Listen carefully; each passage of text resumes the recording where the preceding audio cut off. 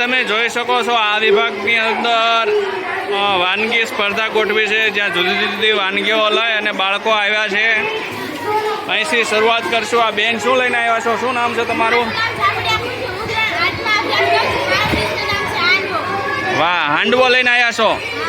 શું ભાવ છે હાંડવાનો તમારે? વાહ, 5નું અડધું અને 10નું આખું હાંડવો હરિપર શાળામાં મળે છે ભાઈ। વાહ, સરસ। હાલો બેન,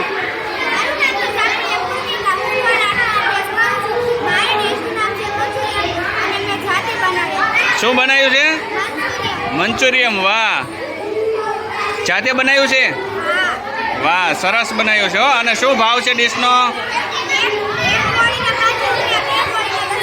વાહ, મંચુરિયમની 1 ગોળીના 5 રૂપિયા। વાહ, સરસ।